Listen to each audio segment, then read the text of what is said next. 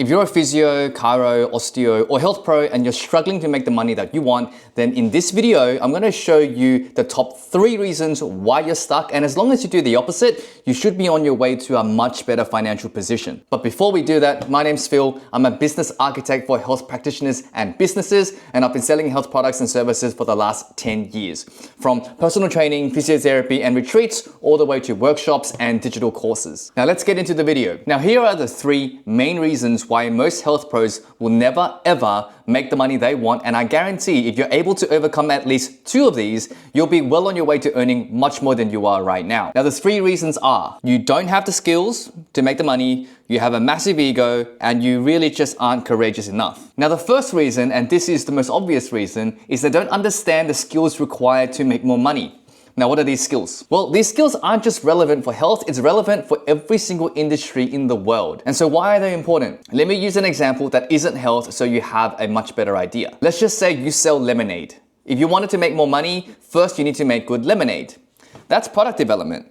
It requires consistent testing, refinement, and tweaking of your recipe until it tastes good enough that people are willing to not just buy it once, but buy it again and again. Number 2, you need marketing. Marketing in its most basic form is just telling as many people as you can who you are, what you sell, and how it's going to help them. So in this day and age, it could be making sure you have a digital media presence, signage if you have a storefront, vouchers, coupons, whatever medium of messaging you can get to reach people who would want your product. That's it. And number 3, you need sales.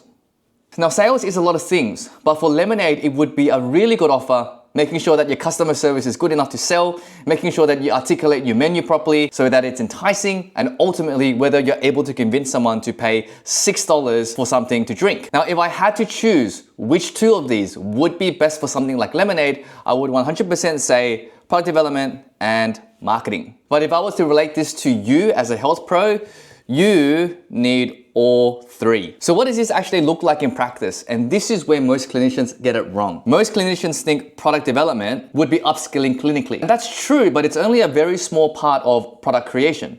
A clinician is the product. That means your clinical skill must be matched with your communication skill, your emotional regulation skills, your ability to have hard conversations, your ability to read and give the patient assurance, and even your ability to pitch a plan. Time and time again, I work with clinicians who are up to date with the latest research and courses but have invested 0 into the listening and speaking skills. See, patients are there for a rehabilitation experience.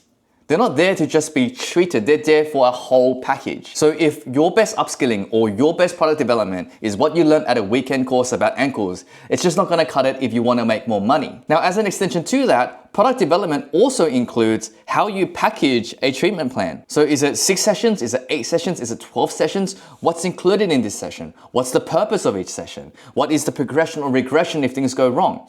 These are all a part of the product development, and most clinicians would just say, well, we'll review you and see how you go. Which for most people is terrible, because the truth is, most clinicians, when they say that, they have not thought far ahead enough to articulate a very good reason why someone should review with them. Now let's talk about marketing. In the context of a health pro, marketing is really simple. You need to tell people what problem you solve, how you solve it, and spread it to as many people as you can. That's it. But the issue is, most clinicians have a billion reasons why it's not their job. They say, I'm here to treat, marketing is not my problem. Okay, fine, but that just means you'll never make the money you want. They might say, it's not me, I'm too camera shy, or I don't speak well, which is also fine, because by staying away from it, you will never improve, and therefore you will also never make the money that you want. Or they'll say something like, I just don't want to show off, which is also fine, because why would you want to tell people why you're good at solving something like it's actually going to benefit them, right? And to be honest, what you show in the beginning is probably not that great anyway, so you're not showing off anything. And the last one is sales. And here's why most health pros hate it. Because sales requires them to be assertive, confident, and directly talk about money. Most health pros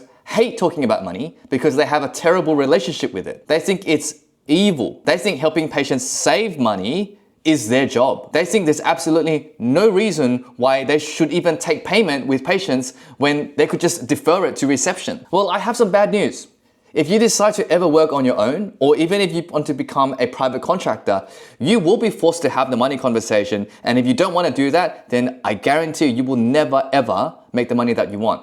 And that's just the truth, sorry to tell you. And so that's the business side of your ability to make money. Now, the next reason why most health pros will never make money is the internal side. The biggest internal barrier for most health pros is their own ego. See, the issue is most health pros get into the field because they have an idealistic view of themselves. They want to be good people. They want to help others. They want to be heroes, and there's nothing inherently wrong with this. However, it becomes a major barrier when their beliefs about what it means to be a good person and what it means to help people keep them poor. Now, let me give you an example. A lot of health pros think that being a good person means you should give away healthcare for free or for very, very cheap. It sounds virtuous and many would argue the logic for it, but it just doesn't work. When you give people things for free, like treatment, they don't value it. And you can see this in the Australian healthcare system, where most patients who are on the Medicare plan will not commit to actual rehab. They just want to go to the physio for a massage or some needling, and that's it. And not only that, but when you give people things for cheap, you start to attract people who only invest in their health if it's cheap.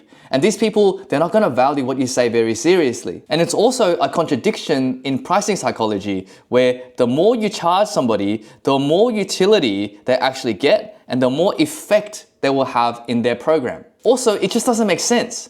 If a lawyer does a good job for you, you pay them, and you pay them a lot, and that's fair. But if you treat someone very well, if you help somebody heal from their injury, they should pay you, and that's fair. So what does this actually mean?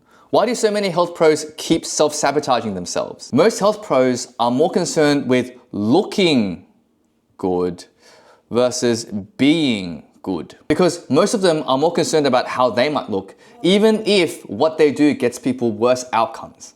And they make no money. Their ego is so tied up in being a good person that anything that challenges this view makes them uncomfortable and they refuse to change. And look, if you're watching this and you're uncomfortable with what I'm saying, it's probably because I'm right. And the last reason, and this is the reason I find most difficult to overcome, is courage. Most clinicians are simply not courageous. They do not like risk. They don't like financial or reputation risk. They want to earn more without putting themselves out there, without increasing their own expenses, without learning new skills. They're afraid of what will my colleagues think if I decide to do something new or put things on social media. And they always say things like, oh, I'll just wait and see. But the problem is, no one says, I'm not brave enough.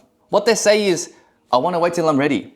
I want to wait and see. I don't feel like it's time yet. Well, I have some bad news for you. All those words are just ways of saying, I'm too scared. I'm too scared to invest $1,200 a month in mentorship, even if it means I might be making $200K a year in the next 12 months. I'm too scared to create content for social media because I don't want to be judged by my friends. I'm too scared to start pitching longer treatment plans because I don't want to risk being seen as a bad person in clinic. All these wait and see statements are nothing more than the extension of your lack of courage.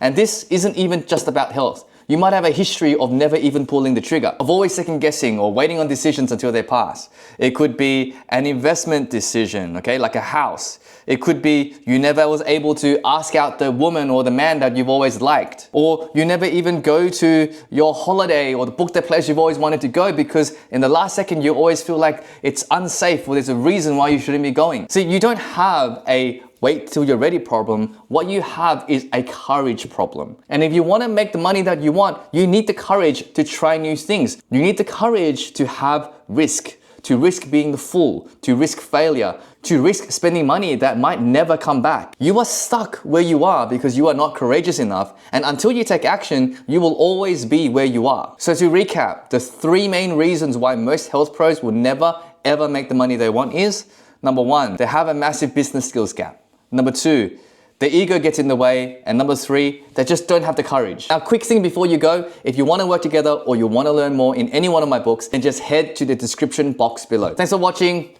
Bye.